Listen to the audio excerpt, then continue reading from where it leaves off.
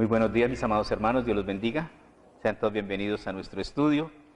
A través del libro de Isaías, uno de los profetas mayores, uno de los profetas que más habló en cuanto a las profecías del Mesías, del Cristo que debía venir a traer la salvación al pueblo de Israel y también a los gentiles. Hoy nos corresponde el capítulo 2. En el capítulo 1, Dios manifiesta la inmoralidad de su pueblo. En el capítulo 2, Dios se remonta a un futuro maravilloso, pero muy lejano. Dios nos transporta más allá de lo que es el tiempo de la gracia, tribulación y gran tribulación, y se enfoca en la segunda venida de Cristo, en el tiempo en el que Jesucristo gobernará la tierra, conocido como el milenio de Dios. Vamos a orar para iniciar nuestro estudio. Maravilloso Padre, te damos gracias por tu gran piedad, por tu inmensa misericordia. Venimos ante ti, Padre Santo, para darte gracias, para rogarte, Señor, que desde tu divina presencia envíes tu Santo Espíritu sobre nosotros, Señor. Danos, Señor, con tu Espíritu Santo, entendimiento y sabiduría en la revelación de tu voluntad. Ayúdanos a conocerte y a entender cada día más acerca de tu palabra, pero también ayúdanos, Señor, a ser hacedores de ella y no solo oidores. Llena nuestro corazón de tu gracia, de tu amor, de tu divina presencia, y danos esa fe, Señor, que vence al mundo, una fe genuina y verdadera, llena de gracia y de buenos frutos. Pedimos, Señor, tu santa bendición. En tus manos encomendamos nuestra vida, toda necesidad, Padre nuestro, todo momento, toda angustia, toda circunstancia por la cual atravesamos, la colocamos ante ti, Padre Celestial, e invocamos tu precioso nombre para que, conforme a tu voluntad, seas propicio a nuestras súplicas. Colocamos a nuestra hermana Lilia Mosquera en tus manos, amado Dios, porque se cayó, se accidentó y se partió una rodilla. Y oramos, Señor, por la operación que le van a hacer de su rodilla, Padre Celestial. Ponemos en tus manos, Señor, los médicos y los cirujanos, Señor, los que intervengan en esta operación, para que pongas en sus manos gracia, para que todo salga bien, Señor. Colocamos en tus manos, Señor, cada uno de sus hermanos enfermos. Oramos por nuestra hermana Urania, Padre Celestial, para que en el nombre de Cristo también tú obres un milagro de sanidad en su vida, Padre nuestro. Conforta su cuerpo, vigoriza sus huesos y bendícela, oh Dios nuestro. En tus manos, Señor, encomendamos nuestra vida. Trae, Señor, tu toque de sanidad sobre cada uno de nosotros. Quita nuestras enfermedades, restaura nuestra salud. Danos un motivo más para estar agradecidos con ese Dios bondadoso, con ese Dios amoroso al cual nos acercamos. Gracias te damos, preciosísimo Padre. Oramos, Señor, por la paz de Jerusalén. Oramos, Señor, por Israel, tu pueblo. Bendecimos a nuestra amada Colombia. Y oramos, Señor, para que este mundo, Señor, llegue al conocimiento de que hay un Dios que es el dueño de este planeta, y a Él tendremos que rendir cuentas. Pedimos, Señor, tu bendición, dándote gracias en todo y por todo, en el nombre de Cristo Jesús, nuestro amado Salvador. Amén. Sean todos bienvenidos, mis amados hermanos. Podemos sentarnos.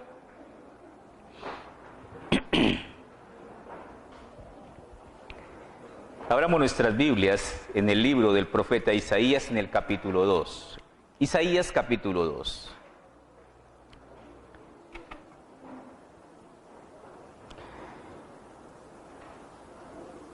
Dice el versículo 1 del capítulo 2 de Isaías: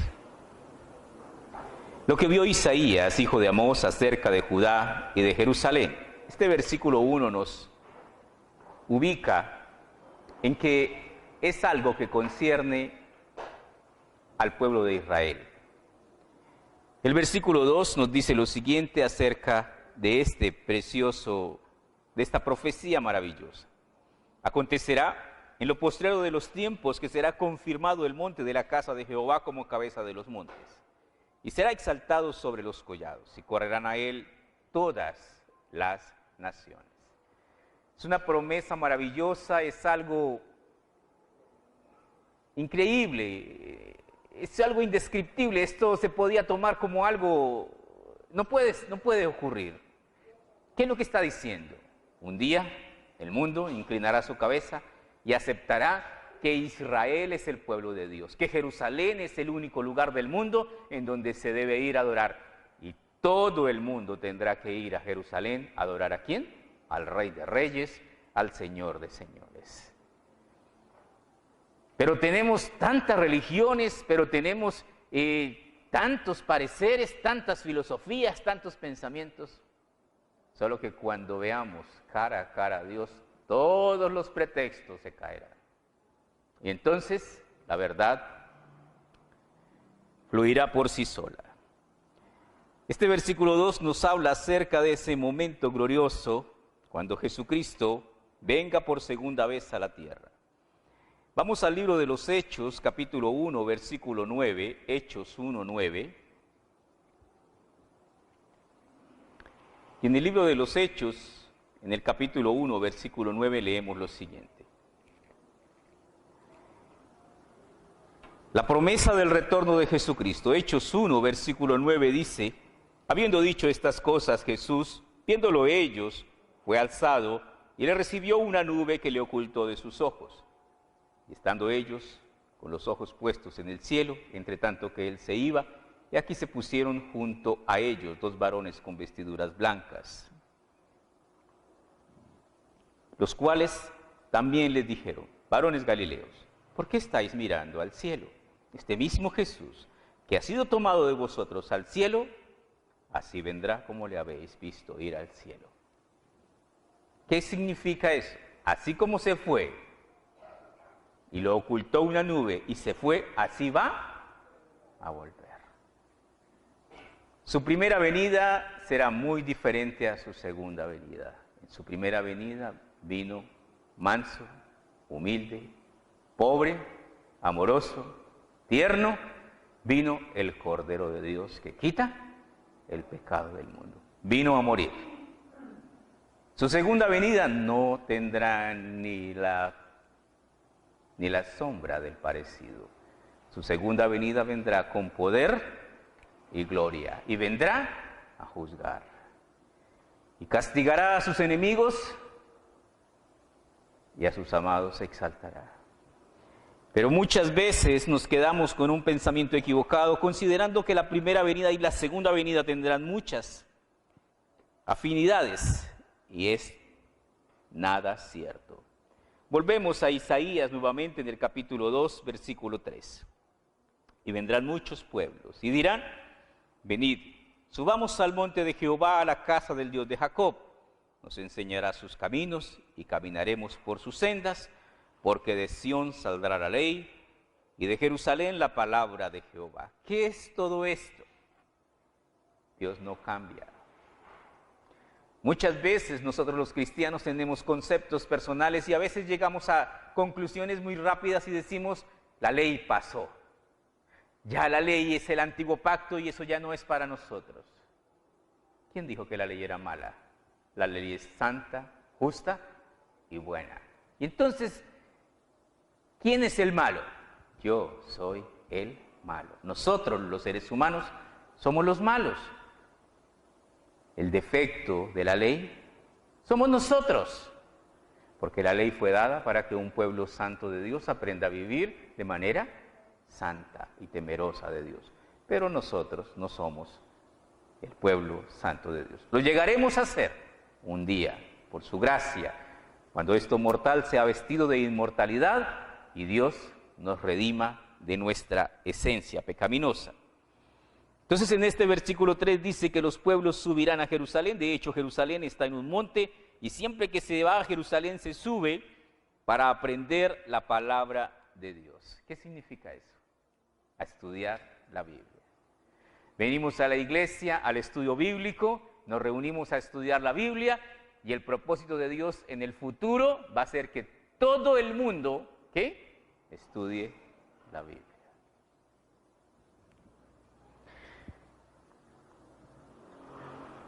Y estudiar la ley, el Antiguo y el Nuevo Testamento. Segunda de Timoteo capítulo 3, versículo 16 y 17, segunda de Timoteo 3, 16 y 17, nos dice lo siguiente acerca de la palabra de Dios. Maravillosamente la palabra de Dios se complementa de una manera majestuosa. Dice en segunda de Timoteo 3, 16, toda la Escritura es inspirada por Dios y útil para enseñar, para redarguir, para corregir, para destruir injusticia, a fin de que el hombre de Dios sea perfecto, enteramente preparado para toda buena obra. ¿Qué dice? Toda la Escritura. Incluye Génesis, terminando en Apocalipsis. Toda la Escritura es aliento de Dios, es inspirada por Dios. Toda la Escritura viene de parte de Dios, y Dios es inmutable, y Dios no cambia, y Dios dijo claramente: cielo y tierra pasarán, ¿pero qué? Pero mi palabra no pasará. Entonces es el deber de todos nosotros, sus siervos, el estudiar la palabra de Dios, el conocer la palabra de Dios, el obedecer la palabra de Dios. ¿Y qué va a pasar?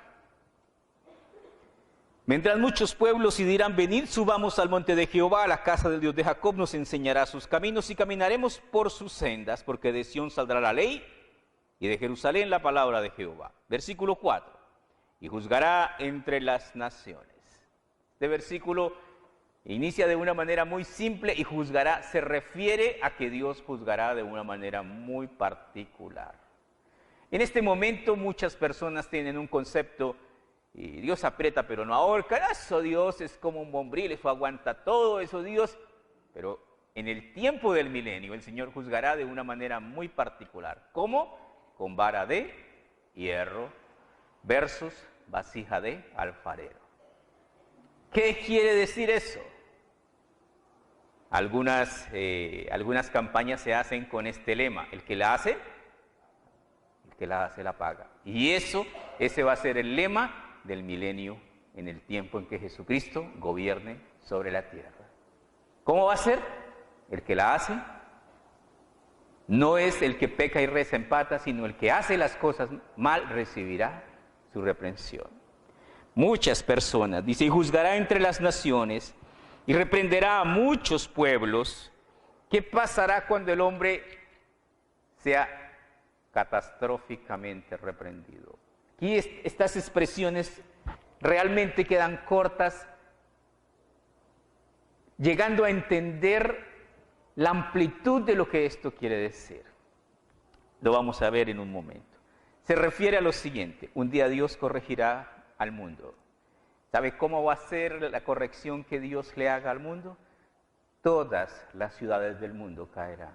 ¿En qué? En un temblor de tierra. Todas.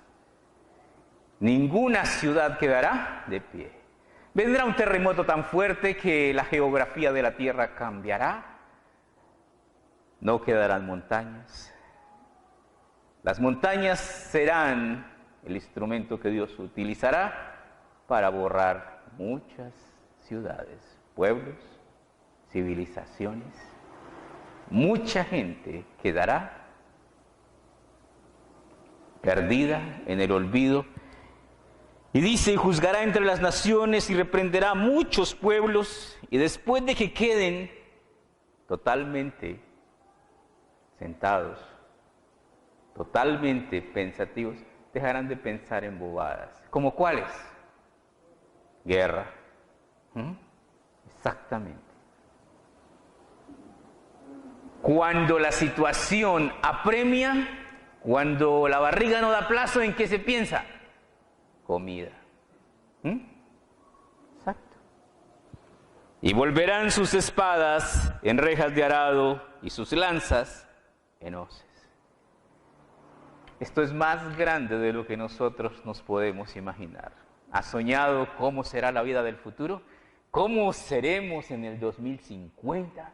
¿Cómo llegaremos a los viajes a las estrellas, a los viajes interestelares? ¿Conquistaremos otros planetas? ¿Llegaremos? A veces somos demasiado soñadores. Les voy a dar un adelanto muy curioso. En el futuro de la humanidad, porque muchas personas dirán: oiga, ¿y si habrá mundo para los hijos de nuestros hijos? El hombre del futuro será cavernícola.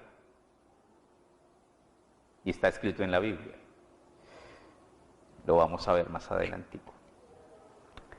Entonces en este versículo 4 dice: juzgará entre las naciones y reprenderá a muchos pueblos, y volverán sus espadas en rejas de arado y sus lanzas en hoces, y no alzará espada nación contra nación, ni se adiestrarán más para la guerra. La venida de su Señor Jesucristo traerá juicio. La tierra será juzgada y el hombre va a entender algo que sería dificultado entender. Vamos al Evangelio según San Lucas 21, 25. Lucas 21, 25. Lucas 21, versículo 25, dice lo siguiente. Lucas 21, 25. Entonces habrá señales en el sol, en la luna, en las estrellas, y en la tierra angustia de las gentes confundidas a causa del bramido del mar y de sus olas. Toda la naturaleza va a ser usada para castigar la soberbia, la necedad y la dureza del corazón del hombre. Y habrá catástrofes. Desfalleciendo los hombres por el temor y la expectación de las cosas que vendrán en la tierra, que sobrevendrán en la tierra, porque las potencias de los cielos serán conmovidas. O sea, en el cielo van a decir, ¡ay! En la tierra sí están sufriendo. Sí. O sea que en la tierra va a haber juicios en cantidades. ¿En qué tiempo? Tribulación y gran tribulación. Entonces verán al Hijo del Hombre que vendrá en una nube, con gran poder y gran gloria. ¿Qué significa esto? Su primera venida fue humilde y pobre, su segunda venida vendrá con gran poder y gran gloria. Cuando estas cosas comiencen a suceder, esto es para los judíos, erguíos, israelitas, levantad vuestras cabezas, porque vuestra redención está cerca. El tiempo de la tribulación y la gran tribulación se conoce como el tiempo de la angustia de Jacob. Será el tiempo en el cual Dios usará los juicios de Dios para ablandar el duro corazón judío. ¿Y lo conseguirá? Sí. Dios es un Dios de propósitos. Dios es un Dios supremamente sabio. Y los judíos que sobrevivan, el remanente que quede, será fiel, será consagrado, será dedicado a Dios de una manera maravillosa. Ahora vamos al Salmo 2, versículo 8. Este salmo nos va a entregar unos datos maravillosos que nos van a dar mucho conocimiento. Salmo 2, versículo 8. Dice el Salmo 2, versículo 8, dice Dios, pídeme y te daré por herencia a las naciones y como posesión tuya los confines de la tierra. ¿A quién le dice Dios eso? ¿Sabes a quién le dice Dios eso? A Jesucristo. ¿Sabes de quién es el mundo? ¿Quién lo hizo? Dios. Y Dios le dijo a su Hijo Jesucristo, pídemelo, es tuyo. Porque eres mi Hijo.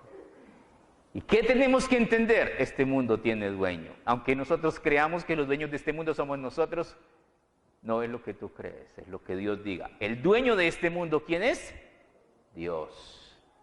Y Él pone sus reglas. Pídeme y te daré por herencia a las naciones y como posesión tuya los confines de la tierra. Los quebrantarás con vara de hierro, como vasija de alfarero los desmenuzarás. ¿Qué quiere decir eso? Dios es el juez. Y el que la hace, la paga.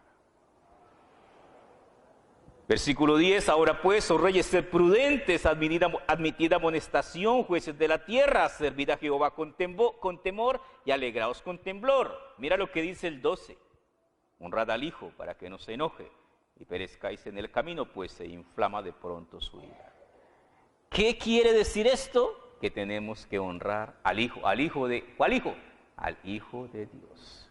Honrad al Hijo para que no se enoje y perezcáis en el camino, pues se inflama de pronto su ira y horrenda cosa es que caer en manos de un Dios vivo.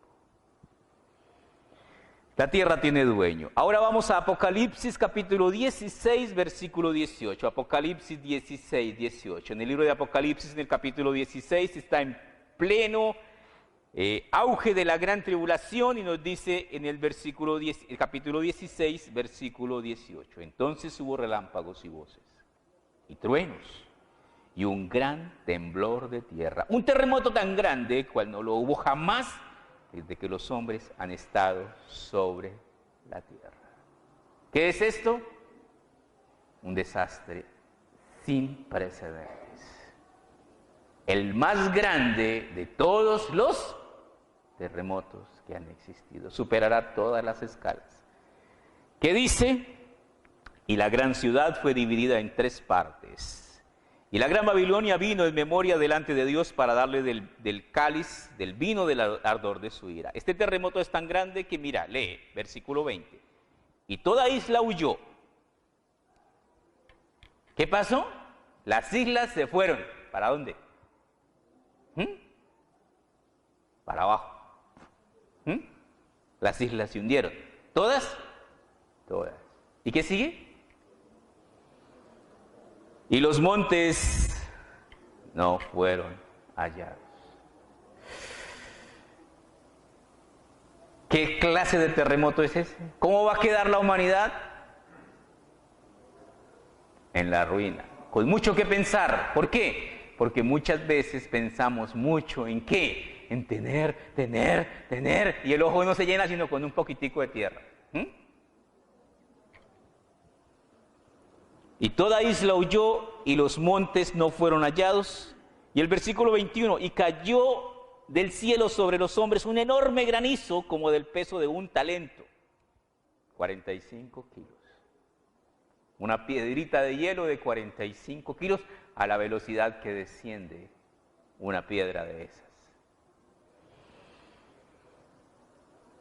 Y los hombres blasfemaron contra Dios por la plaga del granizo, porque su plaga fue sobremanera grande. ¿Qué es esto? La dureza del corazón del hombre, que preferirá en muchas ocasiones morir antes que arrepentirse. Volvemos nuevamente a nuestro estudio en el libro de Isaías, en el capítulo 2, llegamos al versículo 5. Juicio de Jehová contra los soberbios. Ahora sería una buena pregunta es, ¿será que yo soy soberbio? ¿Qué es ser soberbio? Tener un concepto muy alto de uno mismo.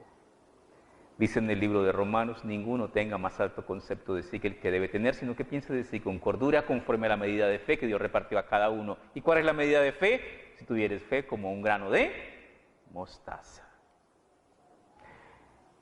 Tenga mucho cuidado con la soberbia porque a veces tenemos pretextos para ser soberbios. Algunos dirán, yo soy muy alto. Otros dirán, yo soy muy bonito, muy bonita, yo soy... De cualquier manera, la soberbia solo te traerá problemas. En la fórmula de Dios, el que se enaltece será humillado, pero el que se humilla será enaltecido. Si tú eres una persona más preparada que un yogur, económicamente muy estable, más te vale que aprendas a ¿qué? A agachar la cabeza. El hombre es grande cuando está de rodillas. Teme a Dios y guarda sus mandamientos, dijo Salomón, porque esto es el todo del hombre. Versículo 5 al versículo 9 dice, venid, oh casa de Jacob, y caminaremos a la luz de Jehová. Ciertamente tú has dejado a tu pueblo la casa de Jacob, porque están llenos de costumbres traídas del oriente, de agoreros como los filisteos, y pactan con hijos extranjeros. Su tierra está llena de plata y de oro, y sus tesoros no tienen fin. También está su tierra llena de caballos, y sus carros son innumerables. ¿Qué quiere decir todo esto? Todo esto lo había prohibido Dios. Además, su tierra está llena de ídolos, y se han arrodillado ante la obra de sus manos, y ante lo que fabricaron sus dedos. Y se ha inclinado el hombre, y el varón se ha humillado, por tanto, no los perdones. ¿Qué es esto? Desafortunadamente, esto quiere decir que muchas veces los cristianos son iguales a los mundanos. Cuando la sal, ¿qué? pierde su sabor. ¿Para qué sirve? Usted se imagina, usted va y compra en la tienda 1 kilo de sal, pero no sala. Usted llega, ¿qué le vendieron? ¿Qué me robaron? Esto no sirve. ¿Para qué sirve la sal si no tiene sabor? Para nada. No sirve para nada. ¿Para qué sirve un cristiano que no marca la diferencia? ¿Para qué sirve un cristiano que vive como mundano? No sirve para nada. ¿Qué dijo Jesucristo? Por sus frutos los conoceréis. Y el problema del cristiano muchas veces es ¿cuál? Que se ha hecho tan cercano al mundo que se ha convertido en un mundano. Primera de Juan capítulo 2, versículo 15 y 16. Primera de Juan 2, 15 y 16. Primera de Juan capítulo 2, versículos 15 y 16 es supremamente claro y nos dice, Primera de Juan 2, 15 y 16. No améis al mundo, ni las cosas que están en el mundo. Si alguno ama al mundo, el amor del Padre, ¿qué? No está en él. Pero yo no amo al mundo. ¿Y qué pasa cuando se te cae el celular?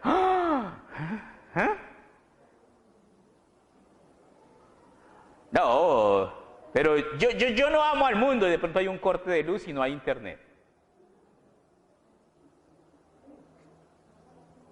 Y estamos como ¿qué? ¿Qué dice? No améis al mundo, ni las cosas que están en el mundo. Si alguno ama al mundo, el amor del Padre no está en él. Diciembre es una época, ya empezó diciembre, ¿no? Es una época de regocijo, es una época, pero muchas veces la gente entra en depresión. ¿Por qué? Porque yo no tengo para comprar lo que compra quién. Yo no tengo para estrenar. ¿Quién dijo que teníamos que estrenar en diciembre? ¿No son costumbres traídas de dónde? ¿Del mundo? Sí. Y si no estreno en diciembre y estreno en enero, donde toda la gente, donde todos los comercios bajan los precios, pues eso es ser inteligente. No améis al mundo, ni las cosas que están en el mundo. Si alguno ama al mundo, el amor del Padre no está en él, porque todo lo que hay en el mundo, los deseos de la carne, los deseos de los ojos y la vanagloria de la vida, no provienen del Padre, sino del mundo. Tenemos que aprender a vivir. ¿Con qué? Con Cristo en nuestro corazón. Y lo demás van adornos. Que si se tienen, bien. Y si no, no es importante. Lo más importante es ser hallado por Él. ¿Cómo? Irreprensible y sin mancha. Volvemos a nuestro estudio en Isaías, versículo 10. Métete en la peña, escóndete en el polvo de la presencia temible de Jehová y del resplandor de su majestad. Este versículo 10 nos da un consejo que el mundo quisiera recibir en ese día. ¿Te ha pasado alguna vez alguna vergüenza en la que tú dices, trágame tierra? ¿Has pasado esos osos vergonzosos en donde usted dice, si yo no estuviera acá? Soy invisible. No.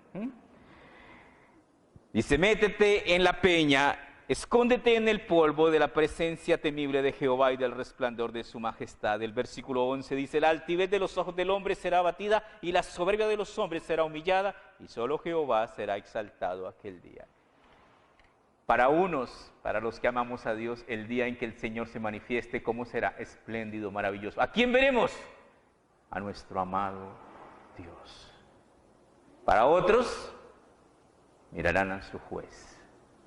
Y será lo último que miren. ¿Por qué? Los destruirá. Versículo 12 dice, porque día de Jehová de los ejércitos vendrá sobre todo soberbio y altivo y sobre todo enaltecido y será abatido, sobre todos los cedros del Líbano, altos y erguidos y sobre todas las encinas de Basán. ¿Qué significa eso? Los grandes, muy grandes, que se consideran intocables, ¿qué? Dios los tocará. Los más pequeños, los medianos y los chicos también, a todos. Y entonces el Señor le enseñará al mundo, ¿a qué? A humillarse delante de Dios. Sobre todos los montes altos, sobre todos los collados elevados, sobre toda torre alta, sobre todo muro fuerte, sobre todas las naves de Tarsis, sobre todas las pinturas preciadas. La altivez del hombre será abatida y la soberbia de los hombres será humillada y solo Jehová será exaltado aquel día, en aquel día. ¿Qué quiere decir esto? Esto va a ser atroz. Entremos en contexto. Habrá un terremoto tan fuerte, tan fuerte, tan fuerte, que el hombre quedará sentado, no tendrá para dónde correr. Su casita, su casa, su penthouse, su palacio, ¿qué fue? De eso no queda nada. ¿A dónde correrá? ¿A dónde querrá ir a esconderse? No hay ningún lugar donde... El que tenga un búnker, nada, no hay nada de eso. Todos quedaremos delante del Señor para rendir cuentas. Y nos dice, y quitaré totalmente los ídolos. Al fin el hombre será despojado de la conchudez cuando dice, yo no creo en lo que no veo. ¿Por qué? Porque Dios se dejará ver ¿cómo? Cara a cara. Y toda rodilla se doblará y toda lengua confesará que ¿qué? Que era cierto, que es verdad. ¿Qué? Que Dios existe y que Dios es el juez. Versículo 19, aquí encontramos en este versículo 19 las ciudades del futuro. Lo último en tecnología, lo último en guaracha, en grandes habitaciones de la gente del futuro. La gente en donde la ciencia y la tecnología, el conocimiento, leamos, ya vayamos, y se meterán en las cavernas de las peñas y en las aberturas de la tierra, por la presencia formidable de Jehová y por el resplandor de su majestad, cuando se levante para castigar la tierra. ¿Para qué vendrá? Castigar la tierra. Pobrecitos. Y el hombre se meterá ¿en dónde? En sus palacios, ¿sí? De seda, ¿no? ¿En dónde? Cavernícolas, sí señor. En las cavernas. Y no solamente, solo más abajo, vuelve y repite. Y si vuelve y repite, es porque definitivamente es así. Versículo 20, aquel día arrojará el hombre a los topos y murciélagos sus ídolos de plata y sus ídolos de oro que le hicieron para que adorase. Se avergonzará el hombre de su idolatría. Los ídolos y los dioses serán la vergüenza más grande de la humanidad. ¿Por qué? Porque el verdadero Dios se dejará, ¿qué? Ver. Y entonces el que tenga un ídolo pasará colores y le correrá vergüenza por la cara. Versículo 21, y se meterá en las hendiduras de las rocas y en las cavernas de las peñas por la presencia formidable de Jehová y por el resplandor de su majestad cuando se levante para castigar la tierra. ¿Qué es lo que estamos entendiendo? Yo llevo 20 años haciendo mi casita y la quiero mucho y yo le digo a mi esposa, oiga, mantener una casita bonita es un trabajo, eso que aquí, que gotera aquí, que peladura aquí, que raspón aquí, que haga remiendo, que tape, que cure, eso es terrible. Y a veces uno tiende ¿a qué? Como a idolatrar lo que tiene. Y cuando nos quedemos sin nada, entonces aprenderemos a adorar a quien sí debemos adorar. La buena vida a veces nos hace perder el enfoque verdadero de darle gracias a Dios porque este mundo es suyo y todo lo que tenemos es prestado. Primera de Timoteo capítulo 2, versículo 5. Primera de Timoteo 2:5. nos dice lo siguiente. El mundo entenderá algo muy importante que nos dice 1 Timoteo 2:5.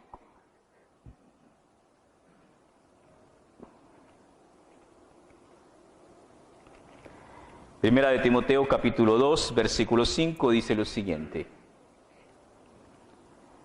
Porque hay un solo Dios y un solo mediador entre Dios y los hombres, Jesucristo hombre. ¿Qué entenderá el mundo después del atroz caos que el Señor dejará en sus juicios y en su ira? Que solo hay un único y verdadero Dios. Y el único mediador entre Dios y los hombres, ¿quién es? Nuestro Señor Jesucristo. Hay lecciones. Por ahí decían los viejos, la letra con sangre, ¿qué? Hay lecciones en donde el muchachito aprende simplemente por consejo y porque es pilo y inteligente, pero hay otros que les toca aprender ¿con qué? A la mala, con disciplina. Terminamos nuestro estudio, dice, dejaos del hombre, no se preocupe por el hombre cuyo aliento está en su nariz, porque ¿de qué es el estimado? ¿Qué es el hombre? Ante Dios es muy poca cosa. ¿Cuántas personas viven del qué dirán? ¿Se deprimen? ¿Por qué? Por el qué dirán. ¿Cuántas personas viven su vida dependiendo de la opinión de quién? De los demás. Vive tu vida, pero procura depender de la opinión de quién? De Dios. Y aquí terminamos nuestro estudio. Vamos a orar. Maravilloso Padre, te damos gracias por tu palabra preciosa. Ahora te pedimos, amado Señor, que traigas tu preciosa bendición sobre nosotros y prepares en nosotros un corazón dispuesto para obedecer, Señor, para tomar la Santa Cena. Tú has anhelado, tú has deseado, Señor, que el hombre, esa creación, Señor, que colocaste sobre la tierra, voluntariamente entregase a ti su vida. Y ese es el propósito de esta vida, Señor, tomar una decisión en cuanto a nuestro Dios. Si queremos honrarle, si queremos servirle, el Señor hará lo mismo con nosotros, porque el que siembra, cosecha. Si le honramos, tú nos honrarás. Si te deshonramos, tú nos apartarás de ti, Señor. Bendícenos, amado Señor. Ahora que nos preparamos para tomar la Santa Cena, trae sabiduría, temor y respeto a nuestro corazón para tomar bendición, Padre nuestro. Pedimos, Señor, que nos bendiga, Señor, en el nombre de Cristo Jesús, nuestro amado Salvador. Amén. Cantamos un cántico y mientras cantamos un cántico, nuestros hermanos Ujieres nos pueden ministrar la Santa Cena. Como Capilla La Roca, como Ministerio Capilla La Roca, no impedimos a nadie tomar la Santa Cena. Eso es exclusivamente entre usted y ¿quién? Y Dios. Un día usted se presentará solito ante Dios, yo me presentaré solito ante Dios y cada uno de nosotros rendirá a Dios cuenta. Entonces, cantemos un cántico y quienes quieran tomar la Santa Cena lo pueden hacer. Solo que esperemos que la tomemos al tiempo.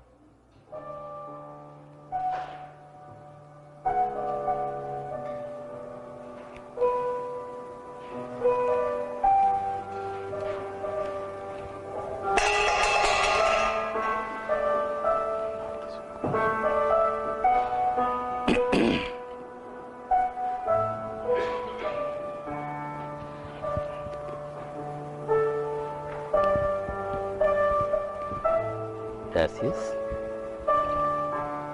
Muchas gracias.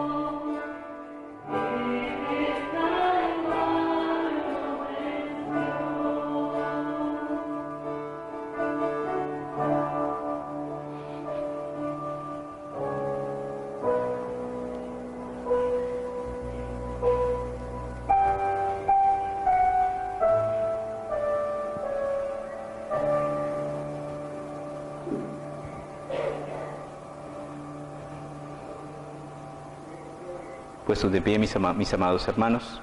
Primera de Corintios, capítulo 11, versículo 23, el apóstol Pablo nos escribe estas instrucciones acerca de la Santa Cena y leemos así: porque yo recibí del Señor lo que también nos he enseñado, que el Señor Jesús, la noche en que fue entregado, tomó pan, y habiendo dado gracias, lo partió y dijo: tomad, comed, esto es mi cuerpo, que por vosotros es partido, haced esto en memoria de mí. Asimismo tomó también la copa después de haber cenado, diciendo: esta copa es el nuevo pacto en mi sangre, haced esto todas las veces que la bebieres en memoria de mí. Así pues, todas las veces que comieres este pan y bebieres esta copa, la muerte del Señor anunciáis hasta que Él venga. De manera que cualquiera que comiere de este pan o bebiere de esta copa del Señor indignamente, será culpado del cuerpo y de la sangre del Señor. Por tanto, pruébese cada uno a sí mismo, y coma así del pan y beba de la copa, porque el que come y bebe indignamente, sin discernir el cuerpo del Señor, juicio come y bebe para sí. Quiere decir entonces que si lo hacemos de manera incorrecta, vamos a ser juzgados, vamos a ser castigados, vamos a ser reprendidos. Pero si lo hacemos de manera correcta, tenemos a nuestro alcance un raudal de bendiciones. ¿Por qué? Porque Dios es un Dios que se deleita en perdonar y que se deleita en bendecir. Por lo cual hay muchos enfermos y debilitados entre vosotros, y muchos han muerto. Si pues nos examinásemos a nosotros mismos, no seríamos juzgados. ¡Qué verso tan maravilloso! ¿Qué quiere decir esto? Quiere decir que si nos examinamos, que si pedimos perdón, que si le ofrecemos al Señor en sinceridad nuestra vida y nuestro corazón, no seremos juzgados. ¿Quieres ser bendecido cuando tomes la Santa Cena? Póngase a paz y a cuentas con Dios. Vamos a orar.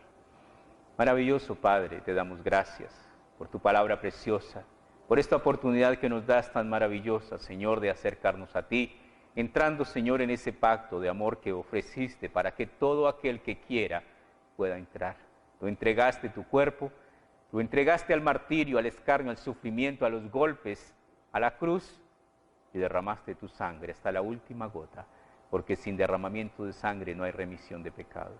Tú nos ofreces, Señor, perdón de pecados, salvación y vida eterna, y no solo eso, Señor. Hay tantas cosas indescriptibles, maravillosas, tus bondades, tus pensamientos, tus anhelos para con nosotros son de continuo solamente el bien. Tú eres un Dios maravilloso, amoroso, fiel. Tú eres el Dios que nos guiará aún más allá de la muerte. Gracias te damos, precioso Señor. Reconocemos delante de ti, Padre Santo, nuestros pecados y te pedimos, Señor, que nos perdones, amado Dios. Limpia, Señor, quita de nosotros nuestra soberbia, nuestro orgullo, nuestra vanidad y danos un corazón sencillo, Señor, que sepa servir, que aprenda a ser útil, porque el que sirve al hombre, sirve a Dios, porque el hombre está hecho a imagen y semejanza de Dios.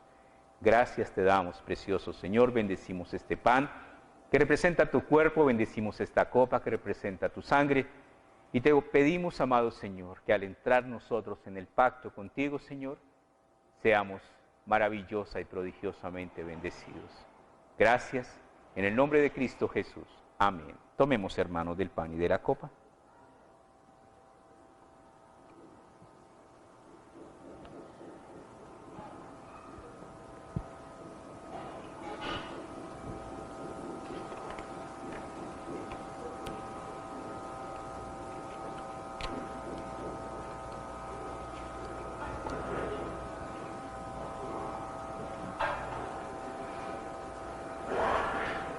Terminamos nuestro estudio leyendo una cita de Mateo, Mateo capítulo 10, versículo 28.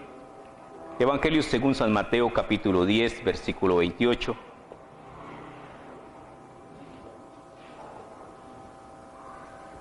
Dice así: y no temáis a los que matan el cuerpo, mas el alma no pueden matar. Temed más bien a aquel que puede destruir tu alma y tu cuerpo en el infierno. ¿Quién debe ser el motivo de nuestro temor? Dios. A Dios, ¿qué debo tener frente al Señor? ¿Temor o miedo? Las dos cosas. Sea Jehová vuestro temor, sea Jehová vuestro miedo. Maravilloso Señor, gracias te damos por tu inmensa bondad, por tu gran misericordia. Gracias por el precioso Evangelio, Señor, en el cual nos presentas pasado, presente y futuro de la humanidad. Y vemos, Señor, maravillosamente como todo lo que hay en este mundo, Señor, que está plagado de vanidad, que está plagado de idolatría, que está plagado de pecado, Señor, tú le enseñarás de una manera bastante dura al mundo que todas las cosas que hay a nuestro alrededor son pasajeras. Y que lo más importante que podemos tener y que a veces menospreciamos es la vida, es la salud y es la salvación tan hermosa que has esculpido, Señor, sobre la propia vida de tu Hijo Jesucristo. Danos corazón sabio y prudente para entender, Señor, que hay una eternidad, Señor, más allá de la muerte. Que hay un Dios que nos ha dicho, ven y séme fiel hasta la muerte y te daré la corona de vida. Danos, Señor, un corazón sabio y entendido, Señor, para consagrarnos, para dedicarnos, para brillar, Señor, con la luz de Cristo.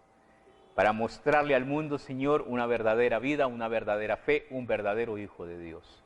Gracias te damos en todo y por todo. Bendecimos, Señor, a nuestros hermanos. Bendecimos nuestra familia, Padre Celestial, nuestra esposa, nuestros niños. Derrama de tu gracia sobre cada uno de nosotros y guárdanos del mal. Bendecimos, Señor, las ofrendas voluntarias que levantamos ante ti, pidiéndote, Señor, que nos ayudes, Señor, rogándote, Padre Celestial, para que tengas misericordia de nosotros, porque definitivamente, Señor, cada día vamos de mal a peor, Señor. Guarda nuestra vida y nuestro corazón, y si en alguien podemos colocar nuestra esperanza, definitivamente es en ti, Señor. Gracias te damos, precioso Padre, en el nombre de Cristo Jesús, nuestro amado Salvador. Amén.